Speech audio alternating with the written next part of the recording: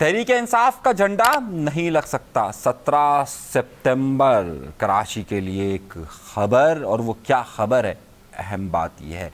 और फिर क्या तहरीक इंसाफ को कराची में जलसे की इजाज़त मिलने वाली है? कराची का माहौल क्या फिर गर्म होने वाला है? इमरान खान की जीत या हार, मुर्तज़ा वहाब की तरक्की, बहुत सारी खबरें आपके साथ। अपने प्रोग्राम का बाकायदा आगाज़ करते हैं अपने परवरदिगार के शुक्र से।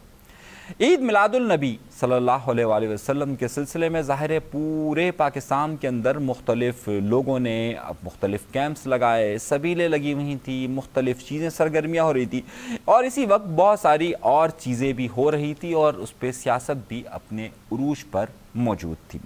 मरकज़ कराची शहर का मरकज़ी जुलूस ईद मिलादुल नबी सल्लल्लाहु अलैहि वसल्लम का मरकज़ी जुलूस जो है वो मेमन मस्जिद से निकलता है और वो निश्तर पार्क पे जाकर ख़त्म होता है। इस दौरान इस पूरे रास्ते के अंदर मुख्तलिफ़ सियासी जमातें, मुख्तलिफ़ मजहबी जमातें, मुख्तलिफ़ समाजी जमातें और मुख्तलिफ़ ग्रुप्स, मुख्तलिफ़ इंडिविजुअल्स यानी अलहदा अशख़ास भी अपनी अपनी मुख्तलिफ़ सबीनें और मुख्तलिफ़ कैंप्स लगाते हैं। इसमें यकीनी तौर पर कराची शहर के अंदर MQM हमेशा से वहाँ कैंप लगाती रही है। अब MQM पाकिस्तान है, वहाँ पर महाजिर कौमी मूवमेंट अपना कैंप लगाती रही है। सियासी जमातों में वहाँ पर आपके सामने अगर याद हो आपको तो तहरीक इंसाफ भी कैंप लगाती रही है, पाकिस्तान पीपल्स पार्टी भी कैंप लगाती रही है। फिर उसके साथ साथ जो दीगर सियासी जमातें, छोटी जमात इस्लामी भी इस बार उन्होंने कैंप लगाया था। मजहबी जमातों में तहरीक लब्दैक पाकिस्तान, सुन्नी तहरीक, अगर दीगर समाजी जमातों में देखें तो अब्दुल सत्तार, एदी, चीपा, JDC, और फिर अगर और मज़ीद अगर आप देखें तो उसमें मुख्तलिफ स्काउट्स के लोग भी होते हैं। और उसमें एक कैंप मैं भी लगा लेता हूँ, एक कैंप मैं भी लगा रहा हूँ कोई 20-25 साल से। खैर, खबर क्या, खबर आपको बड़ी अहम देनी है कि हुआ ये कि ज़ाहिर है मैं वहाँ पर कैंप लगाता हूँ और उस कैंप में मेन जामा क्लॉथ पे हमें उस पर कैंप लगाता हूँ। और जब हमने कैंप लगाया तो उस वक्त मेरा गुज़र वहाँ से हुआ। अगर आप जाएं तो एक MQM का कैंप, MQM पाकिस्तान का कैंप लगा हुआ था, उसके बाद एक कैंप और लगा हुआ था।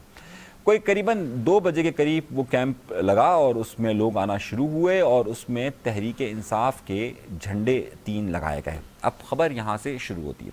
अब ज़ाहिर है मैं कैंप जो हमारा कैंप था मैं वहाँ पर पहुँचा, तो बड़ी ख़बर दे रहा हूँ तो इसलिए ख़बर को बड़े अच्छे ज़बरदस्त अंदाज सुनिए। तो ज़ाहिर है वहाँ पर मुख्तलिफ़ मेहमान आ रहे थे। उसमें पाकिस्तान पीपल्स पार्टी से ताल्लुक़ रखने वाले बहुत सारे रहनुमा हमारे कैंप में आए। उसमें महाजिर कौमी मूवमेंट के आफाक अहमद साहब आए, उसमें सुन्नी तहरीक के रहनुमा भी आए, उसमें TLP के रहनुमा भी हमारे कैंप में आए, उसमें कुछ MQM लंदन से भी ताल्लुक़ रखने वाले लोग आए। तो वो कैंप में सारी एक्टिविटीज़ चल रही थी। करीबन कोई 3:30-4 बजे के करीब जब मेरा गुज़र फिर उस कैंप में हुआ, जो कि आपने देखा होगा कि जो पुराना आपका NJV स्कूल है उससे पहले ये कैंप लगा हुआ था। जब मेरा गुज़र वहाँ हुआ तो मैंने देखा कि तहरीक इंसाफ के सारे झंडे हट चुके हैं और वहाँ लोग बैठे हुए हैं। तो मैं ज़रा गौर से देख रहा था तो वहाँ एक साहब मुझे पहचान गए, मुझे कहते हैं यार अनीस भाई यहाँ है। मैंने कहा क्या हुआ? कह रहे यार हमारे झंडे हटवा दिए गए। अच्छा, बहरहाल अब उनका कैंप एक छोटा सा था लेकिन उनके झंडे जो है वो वहाँ से हटा दिए गए। कोई 6-7 लोग बैठे हुए थे और एक खातून वहाँ पर बैठी हुई थी। मैंने कहा क्यों? कह रहा बस वो झंडे हमारे हट गए। अच्छा, MQM के दीगर लोगों के सबके झंडे लगे हुए थे। सामने ही उसके बिल्कुल सामने जस्ट अपोजिट पाकिस्तान पीपल्स पार्टी का भी एक कैंप लगा हुआ था, उनके भी झंडे लगे हुए थे। तमाम सियासी जमातों का था, तो उसमें ज़ाहिर तमाम सियासी जमातों के लगे हुए थे। हम तो क्योंकि ज़ाहिर एक समाजी लोग हैं, तो समाजी लोग हैं, एक सहाफ़ी हैं, तो ज़ाहिर हमारा तो कोई झंडा ऐसा होता नहीं, ज़ाहिर नाम उसमें होता है। लेकिन बहरहाल अब ख़बर यहाँ से शुरू होती है, और ख़बर यहाँ से शुरू इसलिए होती है कि तहरीक इंसाफ को झंडा लगाने की इजाज़त उस मरकज़ी जुलूस के अंदर नहीं दी गई। अच्छा, बिल्कुल जस्ट अपोजिट जहाँ मेरा कैंप लगता है उसके अपोजिट जमात इस्लामी ने भी अपना कैंप लगाया हुआ था। बराबर में MQM का कैंप भी, MQM पाकिस्तान का भी कैंप लगा हुआ था, महाजिर कौमी मूवमेंट का भी लगा हुआ था। सब पे कैंप लगे हुए थे, तो सबके झंडे लगे हुए थे, लेकिन उनका झंडे की जो है वो इजाज़त नहीं दी गई। ख़बर यहीं से शुरू हुई। मैंने जब ज़रा मालूमात हासिल की तो मुझे पता चला कि भाई नहीं, इनको झंडे लगाने की इजाज़त नहीं है। मेरे लिए ख़बर इसलिए अहम थी क्योंकि अब जब आपको याद होगा 8 सितंबर को खैबर पख्तूनख्वा के अंदर जब जलसा किया गया, तहरीक इंसाफ ने वहाँ पर जलसा किया, तो उसके बाद जो वहाँ अली अमीन गंडापुर ने पहले जब 8 सितंबर के जलसे की तारीख दी गई तो उसके फ़ौरन बाद ये कहा गया था कि 22 सितंबर को लाहौर में जलसा होगा और 28 सितंबर को ये एक जलसा कराची शहर के अंदर भी होगा। अच्छा, अब जब 8 सितंबर की इजाज़त दी गई तो हमारे जहन में ये था कि क्या माहौल पीटीआई के लिए बेहतर हो रहा है और उसी के ज़िम्मे में उन्हें लाहौर में और फिर कराची में भी जलसा करने की इजाज़त दी जा रही है, इसीलिए शायद उन्होंने आगे की तरफ बढ़ रहे।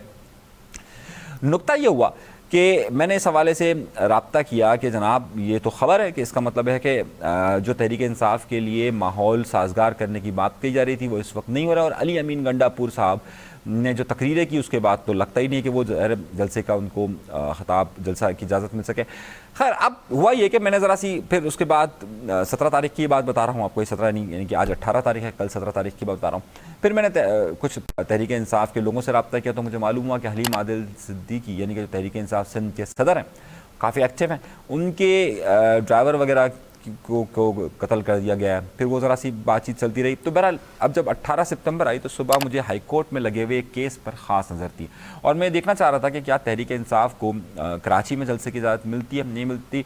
इस हवाले से तहरीक इंसाफ ने सिंध हाई कोर्ट के अंदर अपना एक केस रजिस्टर किया हुआ था कि जनाब उन्हें जलसे की इजाज़त दी जाए। वहाँ पर जो डीसी साहब हैं उन्होंने कहा कि नहीं भाई, तहरीक इंसाफ को अमन व अमान के पेश नज़र जलसा करने की इजाज़त नहीं दी गई है।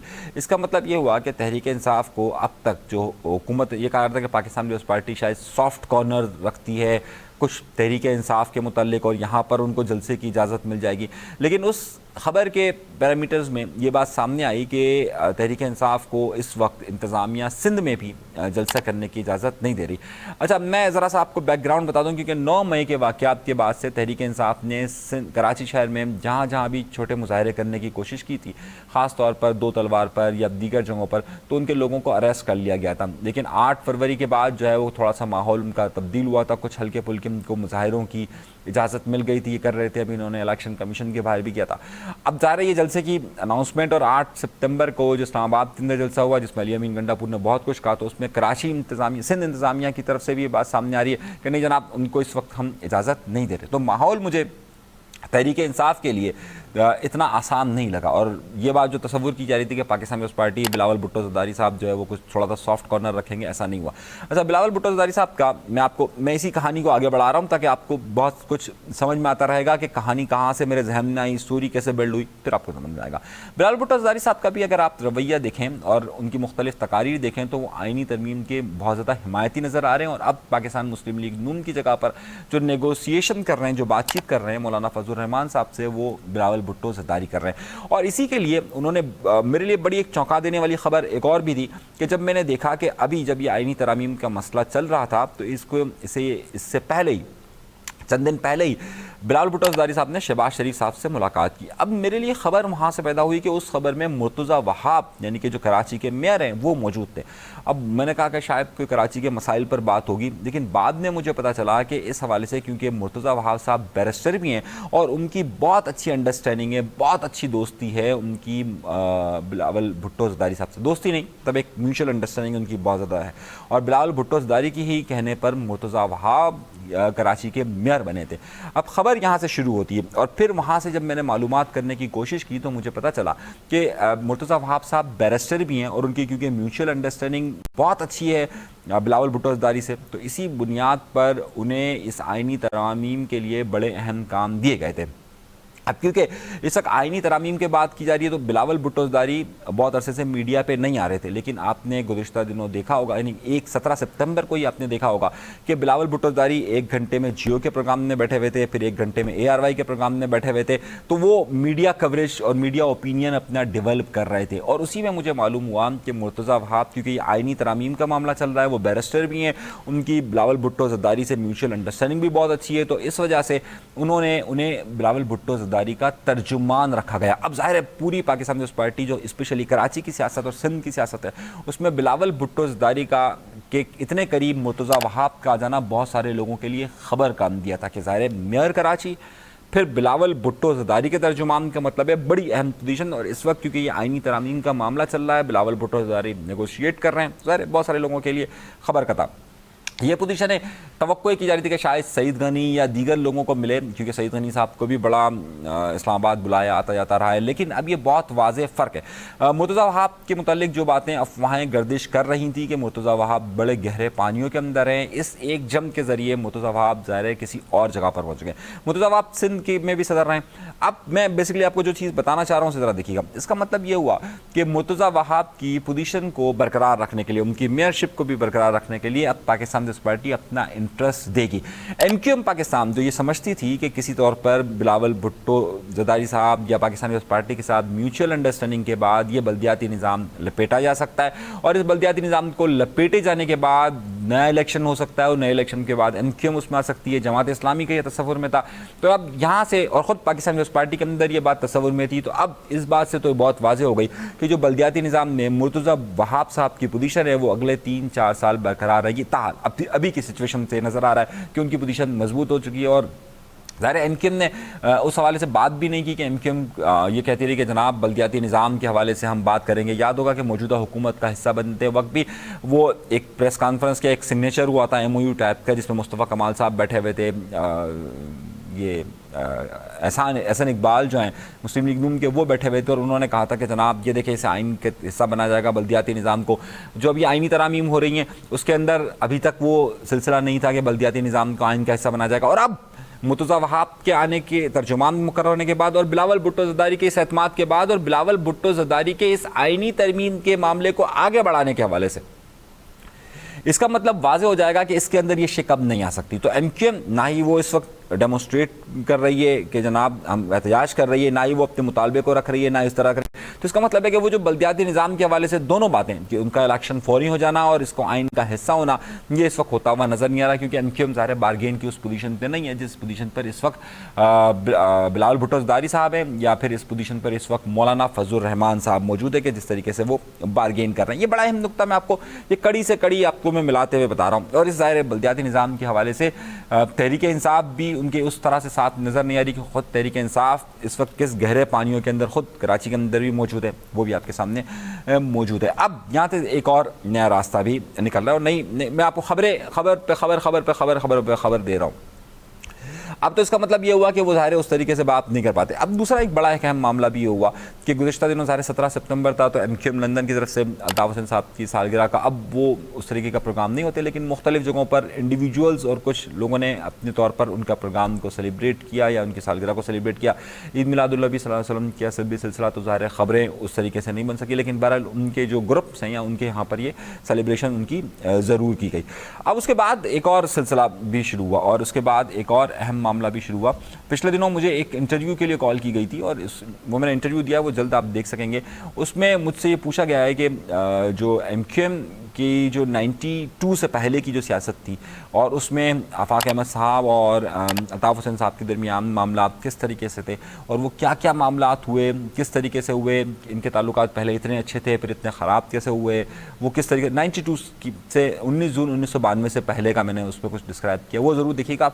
उसमें मैंने आपको बहुत सारी बातें वो बताई हैं जो शायद बहुत सारे कम लोगों को पता है कि 92 से पहले के मामला क्या थे, यानी कि जो एमक्यूएम पर ऑपरेशन की बात या महाजर कौमी मूवमेंट की हकीकी बनने के से पहले से क्या सिचुएशन थी, और क्या था शुरू में अल्ताफ़ हुसैन साहब और आफाक अहमद साहब के दरमियान ताल्लुकात किस कदर अच्छे थे, फिर उसमें एकदम से तलखियाँ किस तरीके से पैदा हुई, वो सारी बातें हमने उसमें बड़ी तफसील के साथ की है। तो वो जल्द आप देख सकेंगे। एक न्यूज़ चैनल है, उन्होंने उस पर मुझसे 2 घंटे का वो पूरा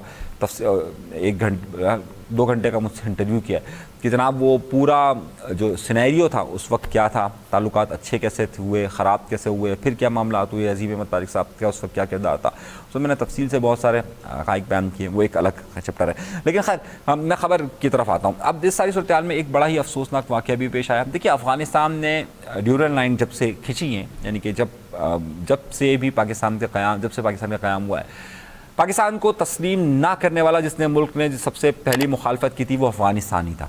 आपको पता है कि जब पाकिस्तान बना तो अफ़गानिस्तान ने इसकी मुखालफत की थी।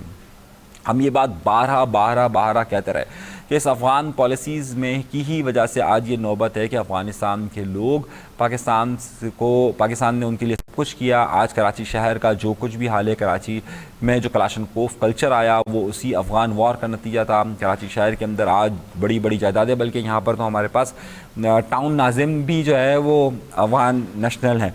तो यहाँ पर तो बहुत कुछ उन्हें नवाजा गया। डेमोग्राफिक चेंज यानी कि जो आबादियों के तनासुब को तब्दील करने के लिए अफ़गानियों की ख़ास मदद ली गई। और हमने पहले भी कहा कि पाकिस्तान को कभी भी दिल से तस्लीम नहीं करते, और आज फिर उस बात का सबूत ये हुआ कि अली अमीन गंडापुर जो कि अपने आप में एक तुर्रम खान है, वो ये समझते हैं कि जनाब अफ़गानिस्तान से हमारे ताल्लुकात और हम अपनी अलग से खारजा पॉलिसी बनाएं, यानी खैबर पख्तूनख्वा की अलग से खारजा पॉलिसी। अजीब सी बात है, इसे गद्दारी के ज़ुमरे में नहीं लिया गया। इसी वजह से जब उस बात को हमने ठीक, और जो पाकिस्तान के मुतल्लिका इदारे उन्होंने से सख्ती से नहीं निपटा, यही वजह है कि ईद मिलादुन्नबी सल्लल्लाहु अलैहि वसल्लम के हवाले से एक तकरीब के अंदर अफ़गान कौंसलेट जनरल को जब वहाँ पर बुलाया गया, तो अगर हम इन्हें पहले ही रोक देते तो ये नौबत नहीं आती कि पाकिस्तान के कौमी तराना बजने पर वो कौंसलेट जो है वो कौंसल जनरल जो है वो खड़े ही नहीं हुए। आप वो अजीब सी नौबत दे रहे कि जनाब म्यूज़िक था। मेरे भाई, आपको मालूम नहीं है कि ये आपके अफ़गान जो क्रिकेट के मैदान में उतरते हैं, वहाँ पे पाकिस्तान का जब इंडिया का तराना बजता है तो उस वक्त तो खड़े होते हैं। बाकायदा वहाँ आप दुबई में जो मैचेस हुए थे उसके अंदर जब ये टीमें थी, वहाँ अफ़गान के जितने भी मौजूद थे, अफ़गान सफारतखान जो मौजूद थे, वो सब खड़े हुए थे उस वक्त। और जब इंडिया के साथ मैचेस थे उसमें भी खड़े हुए थे। तो इंडिया का वंदे मातरम जो है वो म्यूज़िक के साथ कबूल है, पाकिस्तान का कौमी तराना कबूल नहीं है। एक अजीब सी लॉजिक है, लेकिन बहरहाल सफारती आदाब के ख़िलाफ़ ये बात कही गई है और इसे तस्लीम नहीं किया सकता। अली अमीन गंडापुर जिस तरफ जा रहे हो ज़ाहिर है उन्होंने शर्मिंदगी का भी इज़हार नहीं किया। अभी पिछले दिनों आपको याद होगा कि जो बलूचिस्तान के वज़ीर आला हैं वो एक तकरीब में थे और जो पाकिस्तानी तराने पर खड़े नहीं हुए थे उन्होंने बाकायदा उनको वहाँ से कमरे से निकाल दिया था। तो जब आप ये बात करते हैं और वो लोग कि जिन्होंने हमेशा हमें नुकसान दिया है उन्हें आप दावत देते हैं, तो तहरीक इंसाफ ख़ुद किस तरफ जाना चाहती है। और फिर इस तरह की बात हो जाना कि अगर कोई भी एक आम आदमी भी देखेगा कि यार आप इसके अदब में खड़े हुए नहीं हुए। अगर तहरीक इंसाफ का ये मिजाज रहा, आपको याद होगा कि एक बार इमरान खान भी एक कॉन्फ्रेंस में गए थे जहाँ पर प्यूतन, मोदी सब लोग आए थे, बहुत सारे लोग आए थे और सब खड़े हुए थे उस पर तराने पे, और इमरान खान बैठे हुए थे। आपको याद होगा उस पर लोगों ने कहा देखा हमारा लीडर कैसा है कि बैठा हुआ। ये सिफारती आदाब के ख़िलाफ़ होता है, ये सिफारती आदाब के ख़िलाफ़ होता है। ज़ाहिर अब उनकी तरबियत, उनकी सोच ही नहीं है जनाब। और फिर ऐसे शख्स वो कह रहे हैं कि हाँ हम खुद अफ़गानिस्तान से बात करेंगे। नुक्ता ये कि देखिए ये जो नफ़रतें हैं ये हमने नहीं बोई, हमने तो बल्कि पाकिस्तान ने तो उनका हर मुमकिन साथ दिया, लेकिन उस साथ का नतीजा ये निकला कि आज पाकिस्तान के अंदर ये जो कुछ भी हो रहा है और जिस तरीके से दहशतगर्दी यहाँ पर अपने उरूज पर मौजूद है वो उसी की वजह से मौजूद है। ये अफ़गानिस्तान अगर चाहता है तो पाकिस्तान के अंदर ये दहशतगर्दी के वाक़यात नहीं होंगे, लेकिन उनकी अपनी एक हिकमत अमली है। मगर इस हवाले से तहरीक इंसाफ की पॉलिसी, तहरीक इंसाफ ने अभी तक उस जो ये आए थे कॉन्सुलेट के सफ़ीर जो थे, ये अफ़गान सफ़ीर थे, उनकी कहीं पर भी मजम्मत नहीं की। ये अफसोसनाक बात है, उनको मजम्मत करनी चाहिए, ये ठीक नहीं है। मतलब ज़ाहिर है आप किसी भी मुल्क का तराना है, आप उसके वहाँ पर बैठे होते हैं। आप इंडिया में जब करते हैं तो ज़ाहिर है वहाँ पे आप म्यूज़िक के साथ आपको कबूल होता है, यहाँ पर कबूल नहीं है। तो ये एक बड़ा अहम सवाल है। अब ये वो मामला है जिससे अली अमीन गंडापुर इमरान खान के रास्ते को मज़ीद लंबा कर रहे हैं। दरहकीकत इमरान खान को शायद बज़ाहिर ये लगता है कि मज़ाहिमत के ज़रिए ही मफ़ाहिमत होगी, लेकिन मज़ाहिमत करना एक अलग बात है और पाकिस्तान की रियासत या पाकिस्तान के आइन और कानून की मुखालफत करते हुए आप जाकर और पाकिस्तान के अवाम को अपने मुखालिफ कर कर आप नहीं कर सकते। ज़ाहिर इस अमल को पाकिस्तान के अंदर कोई तस्लीम नहीं कर सकता। तो ख़ास तौर पर PTI को और अली अमीन गंडापुर को खुसूसी तौर पर इस हवाले से अपना जवाब देना होगा कि जनाब इस तरह से बात नहीं बन सकती और इस तरीके से आगे सूरत हाल नहीं हो सकती।